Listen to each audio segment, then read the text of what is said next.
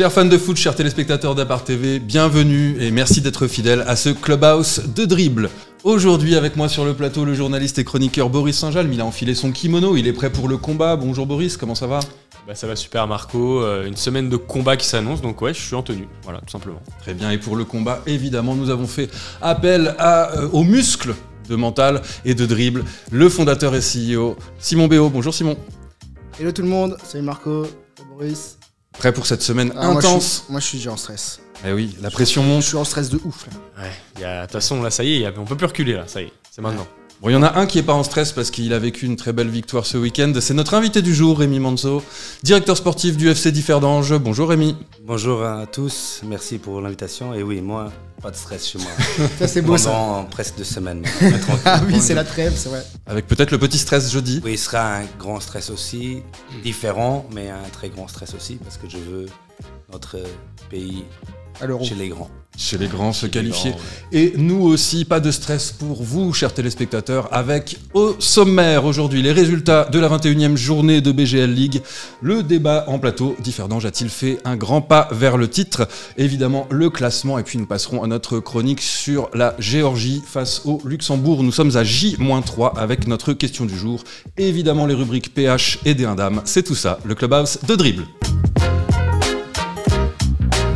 Et on commence avec les résultats de cette 21e journée de BGL League. Strassen a subi une défaite à domicile 0-1 face au Progrès Niederkorn. Pendant ce temps, la jeunesse est allée s'imposer pour la 6e fois consécutive en cette phase de reprise et a battu Mondorf 2-0. Le FC Vils et Victoria Rosport ont fait match nul 2-2. Le Swift a imposé une petite fessée au Racing 5-2. Le Fola a perdu à domicile 0-3 face à l'Union Titus Pétange. Kerjeng s'en est sorti face au Mariska Mersch 1-0 et Monderkange dans le match de la peur en bas de tableau s'est imposé 2-1 face à Chifflange. Et puis samedi en match décalé, il y avait donc le choc au sommet, le duel entre Differdange et Dudelange, et c'est le FC Differdange 03 qui s'est imposé 2-0 dans un match qu'on peut qualifier de âpre.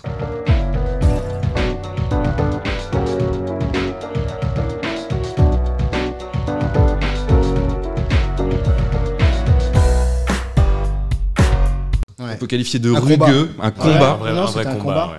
C'était un combat, mais après je pense que c'était un vrai choc, comme dans l'ensemble des championnats européens ou mondiaux. Le premier contre le deuxième, un gros enjeu, personne ne veut perdre. Combat au milieu de terrain, enfin des coups. L'arbitre a eu beaucoup de travail. Ouais, l'arbitre a été très sollicité. Je pense qu'à la fin, le meilleur s'est imposé. Mais ouais, c'était loin d'être facile. Je ne sais pas si le fait de marquer tôt a changé la physionomie du match sur le côté esthétique de la chose. On a bien aimé. Oui, j'imagine bien. Après. J'imagine bien. C'était pas le plus beau match, mais bon, des chocs entre premier et deuxième, c'est rarement. Oui, c'est un peu comme les finales, c'est rarement beau à voir. Je trouve que c'était un match spécial. C'était beau match, mais différent, parce qu'il y avait pas, t'avais pas les 10 arrêts, les poteaux. Oui. C'est vrai. Ouais, c'est ça. Il y a eu plus d'occasions. Une intensité des deux côtés, quand même. Tout le monde savait qu'il n'y avait pas droit à l'erreur, alors on était un peu tense. Ouais. Mais ça arrive quand même assez souvent entre le premier et le deuxième, quand il y a des matchs comme ça, parce que on veut presque ne pas perdre. Personne ne veut ouvrir la boutique. Que gagner, tu vois. Donc c'était un peu ça. C'était pas le but pour nous. Nous, on voulait gagner le match. On avait un bon sentiment, mais on savait que c'était très difficile. Bon, Dudelange, il fait un super championnat. Ouais. Et en plus, on sentait quand même, et je pense que c'est toujours le cas, ils n'avaient aucune pression parce que beaucoup de gens les mettaient un peu de côté des 3 premiers. Et bon, nous, ce n'était pas le cas. On savait très bien qu'ils étaient très forts. Ils ont quand même un très bel effectif. Bon, c'est sûr qu'ils sont un peu limités numéro en quantité, en termes de profondeur de banc. Mais principalement les premiers 11, ils sont là. Il y aura quand même 1-2 petites options encore très sympathiques. Donc, on savait que c'était très sérieux, et ce qu'ils font, c'est pas par hasard ou par chance, c'est vraiment qu'ils sont bien, quoi. Ils méritent d'être là, quoi. Alors ce que j'ai trouvé intéressant et peut-être beau à voir, c'est l'engagement des deux équipes. Alors Simon en a parlé, c'était l'arbitre a eu du travail. Ouais, on peut même le témoigner en nombre de cartons, je crois. Il y a eu pas loin d'une dizaine de cartons jaunes, non ? Oui. Pas mal du côté de Dudelange. On a vu le coach de Dudelange se faire expulser. Il y a une échauffourée. Enfin, il y a eu de l'animation. Il y a eu de l'animation, il y a eu des fautes, il y a eu des coups. Bon, voilà. faut se battre. On a eu deux, trois joueurs avec l'œil comme ça, l'autre comme ça. Je pense que ça fait partie. Ouais, ça fait. Je pense que ils étaient quand même contents, même avec l'œil comme ça. D'accord. Alors l'arbitre a eu du travail. Parfois, on peut se demander si ce travail était judicieux. Alors le penalty sur Jorginho, bon, pour moi, à mon point de vue, je suis toujours de ce côté-là. Pour moi, il y a penalty. C'est vrai que le gardien, j'ai l'impression qu'il touche aussi, mais après le ballon, il reste quand même là et il prend Jorginho. Après, pour moi, il y a faute aussi. Par contre, elle est vraiment évitable. Ouais. Oui. C'est-à-dire que le joueur joue bien le coup. Il n'a pas cru que Jorginho il allait toucher avant. Ouais, voilà. Donc du coup. En fait, pour moi, ça montre que Jorginho, c'est un joueur, c'est vraiment un joueur de ce style-là, un teigneux, un hargneux. Il se bat sur le moindre ballon. Et là, tu vois, il va te chercher un péno qui est super important, un ballon sur lequel où la plupart des attaquants du championnat, ils y seraient même pas allés en fait. À leur place, je n'irai plus quand il y a Jorginho, laissez-les marquer, laissez ça. C'est bon. Et peut-être ce qui nous a mis le doute, c'est le fait qu'il ne soit pas tombé finalement, parce qu'il est resté sur ses appuis.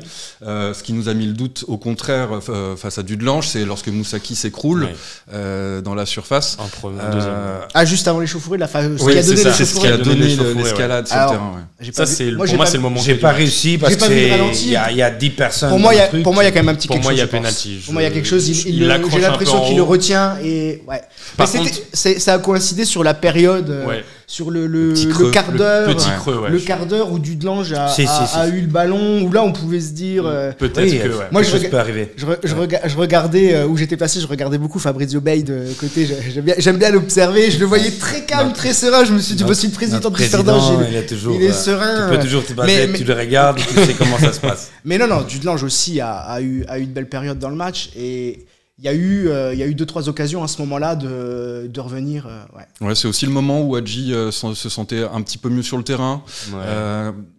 Un Hadji diminué aussi. On a l'impression, moi je l'ai vu parler au coach, ou du moins le coach demandait comment ça allait. Effectivement, il avait l'air de se tenir l'adducteur.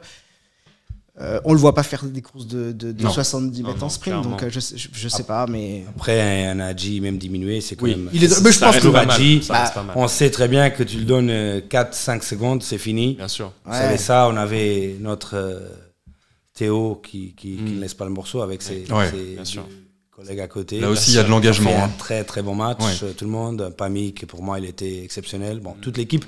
C'est vraiment fou parce que d'un côté, tu dis, wow, c'était pas un super match, on n'a pas fait je sais pas quoi. Mais individuellement, il y a un qui n'a pas bien joué. Et même de leur côté aussi, il y a eu un bon match. Et il y a juste manqué les 3-4 vraiment tirs, opportunités pour chaque côté pour dire, waouh, quel match. Donc je pense que c'est plutôt on n'est pas habitué à ce que ça arrive souvent. En BGL qu'il n'y a pas... Non, c'était bien, c'était un bon choc, effectivement. Comme tu dis, il n'y a pas eu 12 occasions, il n'y a pas eu 12 poteaux. Mais le samedi à 17h, avec du monde, je trouve que c'était vraiment plaisant. Il y avait quasiment 2000 personnes. 2000 et quelques comptés, mais à mon avis, on était plus près des 2500 parce qu'il y avait quand même beaucoup de gens qui sont restés en bas du match d'avant. C'est incroyable de voir. C'est beau de voir ça. Plus de 2000 personnes dans un match, ça devrait être comme ça tous les week-ends. Les joueurs, c'est pour ça aussi que ce genre de match, on sait qu'ils vont tout donner, ils se sentent bien, on est à la maison, nous, de notre côté, la maison elle est pleine, on y va, quoi. En tout cas, pour répondre à la question du jour, qui est de savoir si Differdange a fait un grand pas vers le titre, je pense que oui, quand tu gagnes, quand tu reprends 3 points sur le second, ton dauphin, et que maintenant 7 sur le dauphin qui est le Swift Esperange, plus on peut aussi compter le point pour le goal average. Il y a aussi un écart, donc y a un petit écart. Techniquement, t'as 8 points, donc plus de 2 victoires, c'est quand même un grand pas de fait. Après, je pense que à côté de moi, il va dire non. Rémi va rester et il a raison. Il reste 9 matchs, 27 points à prendre, une confrontation contre le Swift, une confrontation contre le Progrès à la fin. Tu vas à la Jeunesse la semaine prochaine. Je pense que c'est gagner 3 points à la Jeunesse, ça va être déjà très très important pour nous. On sait très bien que ça va être très compliqué. Ils sont dans une super forme. C'est dingue ça. On leur a porté bonheur. Oui, tout à fait. Bon, pas à tous. C'est comment dire. Ça aurait été un grand pas si les autres derrière auraient perdu des points. Esperange, pour moi, il continue. Moi, j'ai vu un peu le match contre le Racing. ils ont tout ce qu'il faut pour pouvoir gagner tous les matchs jusqu'à la fin de saison si ça enchaîne. Progrès, pour moi, c'est toujours Progrès. Il est toujours très dangereux aussi, même s'ils sont on ne les enterre pas. Mais il faut voir ce qui s'est passé jusqu'à maintenant. La jeunesse, il y a, entre guillemets, 2 semaines, on disait tous qu'il allait descendre. Maintenant, après, ils sont 5e. Après, ça va vite. Pour moi, ça va vite, même en haut et en bas. Tu fais un mauvais mois, tu passes de premier à 4e et tu n'as rien vu venir. Ouais. En bas aussi, je pense que ça va être, c'est un super championnat au niveau de l'équilibre. En bas, en haut, au milieu, tout, parce que tu peux être très bien, tu rates un petit mois parce que tu as eu 2 blessés, 2 suspensions, beaucoup de choses, tu n'as pas eu la chance, tu n'as pas marqué, ça a touché le poteau, ça ne rentre pas. Ça nous est déjà arrivé avant. Hein. Première année, on est resté 2e. L'équipe avec qui on a perdu plus de points, c'était Ostert. Et c'était pas le but. Nous, de notre côté, de toute façon, notre seule pression, c'est vraiment d'être bien match par match. On voulait être européen. Je pense que ça devrait aller. Vous atteignez cet objectif. Et après, bien sûr, on va chercher semaine à semaine 3 points. On peut toujours rêver. Ce serait une déception de ne pas être champion en fin de championnat? Oui, on va pas dire que non, mais comment dire, c'est pas une obligation. Okay, c'est ça qu'on veut dire, et nous on le sent tous, on est tous ensemble, même si parfois ou autre on est un peu plus explosif, même entre nous. On a une très bonne relation de groupe, et je pense que c'est ça qui a vraiment fait la grosse différence. La petite étoile, c'est l'union du groupe. Et là, je suis vraiment très fier. On a fait un super groupe là-dessus. Plus que des super joueurs, c'est des super hommes. Et pour moi, ça, c'est vraiment la clé du succès, c'est avoir des gars qui ont envie. En plus, ce qu'il faut souligner, c'est que vous êtes invaincus depuis le début du championnat. Et ça aussi, c'est beau. Alors, je pense que vous signeriez pour 3-4 défaites et être champion. Mais la cerise sur le gâteau d'avoir cet objectif de rester invaincu et d'être champion. Les Invincibles. On vous appellera les Invincibles si vous l'êtes. Les Invincibles de Differdange. On espère que vous défilerez le bus impérial dans différents. Exactement. Oui, et puis pour aborder le tour préliminaire de la Ligue des Champions, ça fait peur aux adversaires. Ouais, voilà, par contre, ce qui est important, tu disais, le titre, effectivement, c'est pas une obligation, mais l'Europe, c'est obligatoire. Oui. Pour des clubs comme vous, les 3-4 qui sont en haut, c'est avant la important. saison déjà, au départ, même d'un point de vue financier, l'Europe, c'est hyper important, c'est primordial. Le projet, il a commencé il y a 3 ans avec cet entraîneur, et on s'est mis d'accord. Et il nous avait dit qu'on pouvait compter sur 3 ans, et après 3 ans qu'on pouvait essayer de se battre pour le titre, mais que bien sûr que l'obligation c'était d'être toutes les années européen. Il y a eu une petite pause dans le projet. On n'est pas parfait, personne n'est parfait, mais je pense que là on va essayer de se battre pour quelque chose qui... Justement, si on parle du calendrier, donc vous vous déplacez à la Jeunesse, qui est sur une très bonne série, à la prochaine journée, donc qui aura lieu après la trêve internationale.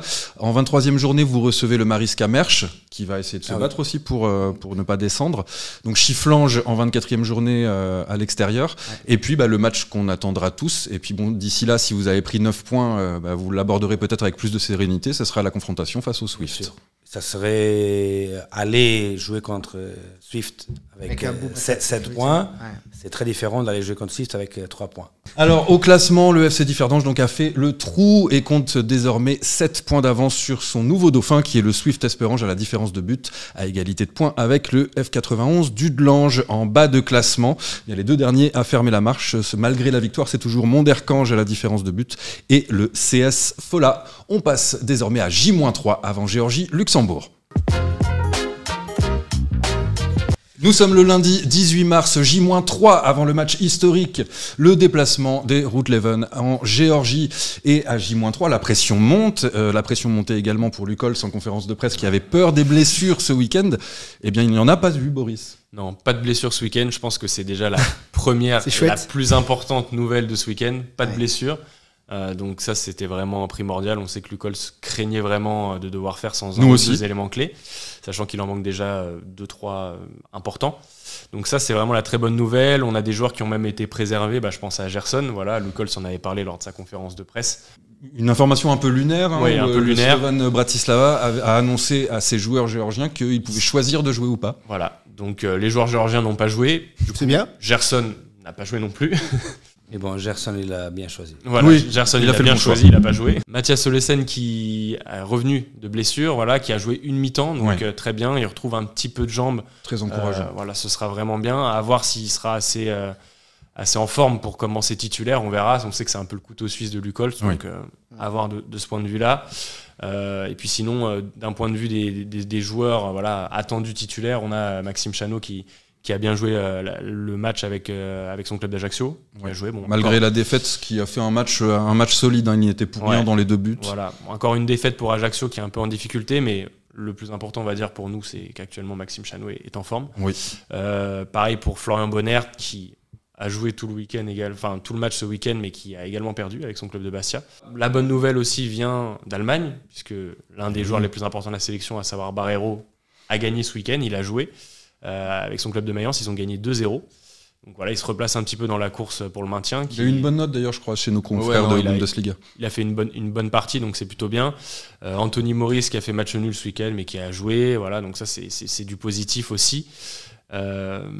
Mika Pinto est sorti à un quart d'heure de la fin parce que voilà, physiquement aussi, je pense qu'il pour se préserver. Voilà, un petit peu fatigué avec son club du Vitesse Arnhem. Voilà, je crois qu'ils ont fait match nul si je dis pas de bêtises. Et puis on a aussi Kiki Martins qui a joué ce week-end, mais qui est rentré en jeu seulement, donc sorti de banc. Il a joué une vingtaine de minutes. Ils ont tous à peu près joué. Globalement, la plupart des joueurs ont joué. Ivandro Borges aussi a joué un petit peu, donc voilà, c'est important, je pense, parce que Ivandro Borges va peut-être avoir des minutes. Ouais, moi aussi je l'aime bien, Ivandro. C'est bien, on va pouvoir en parler, puisque la question du jour, celle qu'on vous pose à vous, abonnés du Moyen Mental Club, eh bien c'est la suivante. Qui aimeriez-vous voir autour de Gerson Rodriguez? On pense ici à la rédaction que Gerson Rodriguez sera titulaire incontestablement. Et qui aimeriez-vous voir évoluer autour de Gerson Rodriguez? Donc c'est la question que l'on vous pose. N'hésitez pas à répondre sur nos comptes X et Instagram. Alors, Simon, qui aimerais-tu voir? Ivandro Borges? Si, j'aimerais avoir Ivandro Borges. Après, ça va dépendre du système tactique que met en place Luc Holtz. On sait qu'il faut quelqu'un. Il faudrait trouver des joueurs qui vont remplacer efficacement Daniel Zinani et Vincent Thiel, qui étaient des éléments indiscutables. Titulaire.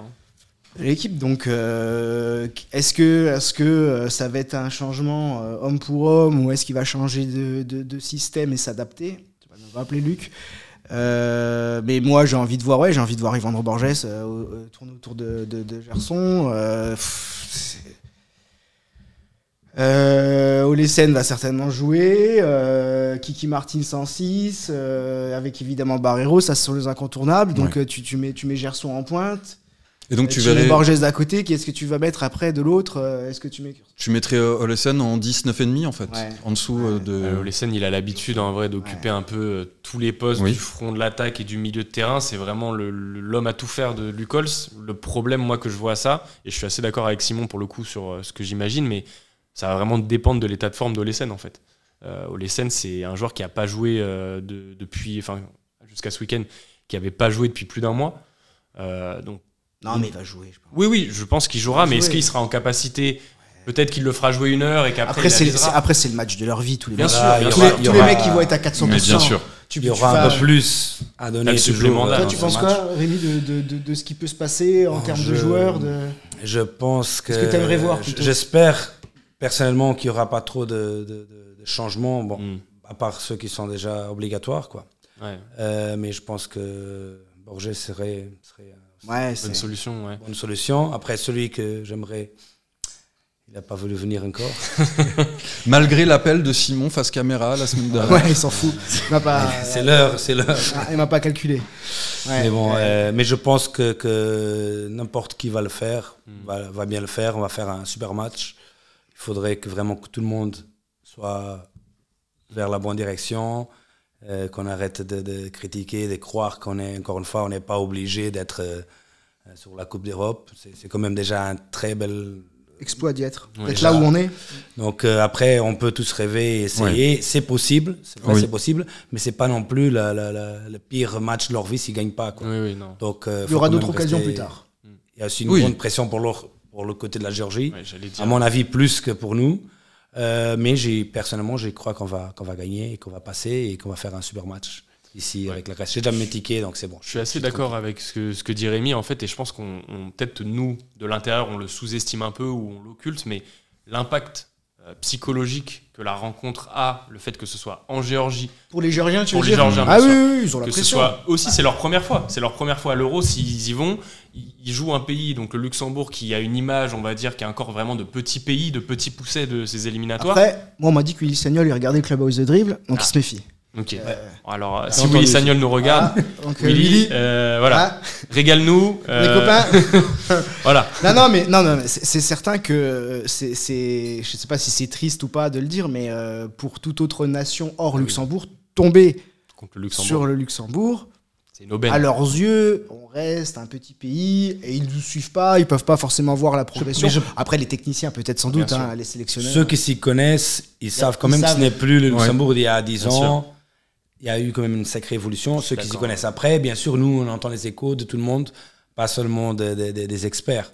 Mais tu sais très bien, même si on a peut-être fait 1 ou 2 matchs moins bien réussis les dernières 10 matchs, on a quand même fait des super matchs. Tu sais, mais projetons-nous étant géorgien là-haut, recevant le Luxembourg.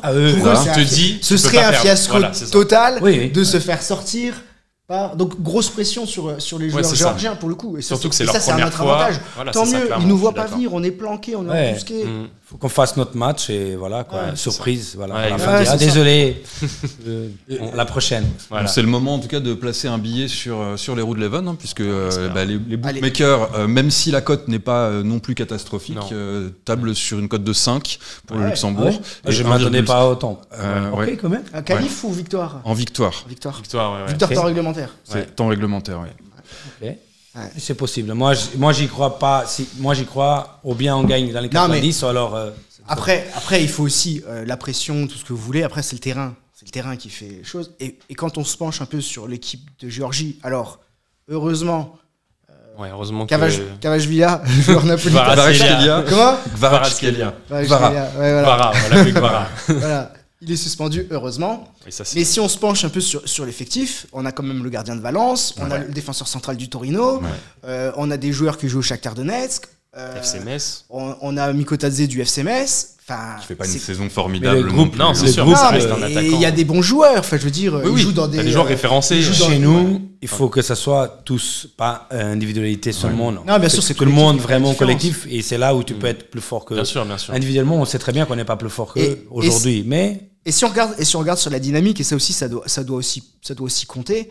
On est sur une dynamique fantastique d'être 3e en phase de groupe, ce qui n'était jamais arrivé, et de ne pas passer loin de la qualification. Tandis que la Géorgie, ils font 5e sur 6. Alors, ils font pas de match catastrophique. Je crois qu'ils prennent 7-1 contre l'Espagne. Ouais, bon. Après, c'est l'Espagne. Nous, on s'est pris contre le Portugal. On ne parle pas de ça maintenant. On va pas en parler de ça. Mais néanmoins, la Géorgie n'a même pas espéré un seul instant de se qualifier directement. Nous, ça nous a animés toute la saison. Donc. Et n'oublions pas qu'on reste sur 2 victoires consécutives, alors que la Géorgie reste sur 2 défaites consécutives. En fait, est-ce que quelqu'un parierait sur Eman Dardari qui rentre en cours de jeu? Moi, je le sens bien, le petit Eman qui. Après, ça dépendra forcément de ce qui se passe durant la rencontre. Sur le terrain. Mais je pense que si tu as besoin d'aller marquer un but, je pense que c'est clairement pour préserver le résultat, il rentrera pas, si jamais on est devant. Après, à 15-20 minutes de la fin, clairement, les Moratovic et peut-être Dardari, qui est un joueur balle au pied, qui est capable d'éliminer, qui a cette qualité-là. Mine de rien, il n'y en a pas tant que ça dans l'effectif devant. C'est un joueur qui peut faire des différences balle au pied, donc peut-être qu'il rentrera à 10-15 minutes de la fin. C'est pas exclu. En tout cas, vous, n'hésitez pas à répondre qui vous aimeriez voir évoluer autour de Gerson Rodriguez. Donc, c'est notre question du jour sur les réseaux sociaux. On passe aux résultats et au classement du week-end en PH et en Ligue 1 Dames. En promotion d'honneur, le Blovijs Medernard a perdu à domicile face à Rumelange 0-1. La Jeunesse Canard s'est imposée face à Lecce Heitelbruck 2-1. Grevenmacher a fait une bonne opération en s'imposant à domicile 3-1 face à Lawrence-Weiler. La résidence Wolferdange et les Yellow Boys de Weiler-Latour ont fait match nul 3-3. Bétambourg, le leader, s'est imposé face au FC Mamers dans un joli match 2-1. Rodange a perdu face au Berdania Berbourg 1-2. L'US Ostert a battu l'Avenir Begen 4-0 en enfin, la Licentia Steinzel fait un bond au classement en s'imposant face au Cuption 2-0 au classement. Bettembourg est en tête seul avec 40 points et compte 5 points d'avance sur ses deux poursuivants, l'Etzella Ettelbruck et le nouveau troisième, l'US Rumlange. En bas de classement, c'est le Blau-Weiss Medernach et le Berdernia Berbourg, malgré sa victoire, qui ferme la marche. En D1 Dames, le Racing s'est imposé face au SCL 4-2 et est désormais presque sûr d'atteindre le titre de cette D1 Dames. Jeunesse Junglinster Wormeldange 2-0. Ma mère a perdu à domicile face au Swift Espérange 0-2. Bettembourg s'est imposé 9-0 face à l'entente Rosport USBC. Enfin, les Young Boys de Diekirch ont battu l'entente Differdange 3-2 au classement. Donc le Racing avec 51 points, une différence de but positive de 74, eh bien, est seul en tête à 11 points du Swift Espérange. Et en bas de classement, eh bien, c'est Differdange et évidemment l'entente Rosport qui ferme la marche. L'entente Rosport avec 0 points. Plus qu'une journée avant les playoffs. Merci à tous de nous avoir suivis, c'est déjà fini, c'était extrêmement riche en analyse. Merci Boris, on se retrouve la semaine prochaine. Ouais. Et puis vous retrouvez Boris et toute l'équipe de Dribble au spot jeudi 21 mars pour le match Géorgie-Luxembourg, ça commence à 17h. Tu y seras aussi Simon? Eh oui. Et oui, je suis un peu stressé, mais j'y serai. Et vous essayer de passer aussi. Ah bah alors si notre invité Rémi Manso sera là. Avec plaisir. Rémi, merci beaucoup d'avoir été notre invité, d'avoir participé. Merci à vous pour l'invitation, c'était un plaisir. On vous souhaite le meilleur. Bonne continuation pour la saison. Normalement, maintenant que je suis venu ici, je sais qu'on va gagner. Normalement, c'est l'effet que ça fait. Je suis tranquille. La semaine dernière, on a reçu quand même Stefano Benzi. Donc, attention. Une petite exception. Ça marche pas à chaque fois. Il y a une petite exception de temps en temps. On a sauté un tour. Merci à tous. On vous donne rendez-vous donc à J-3 pour ce match Géorgie-Luxembourg, jeudi 21. Bye bye. Vamos Luxembourg. Allez.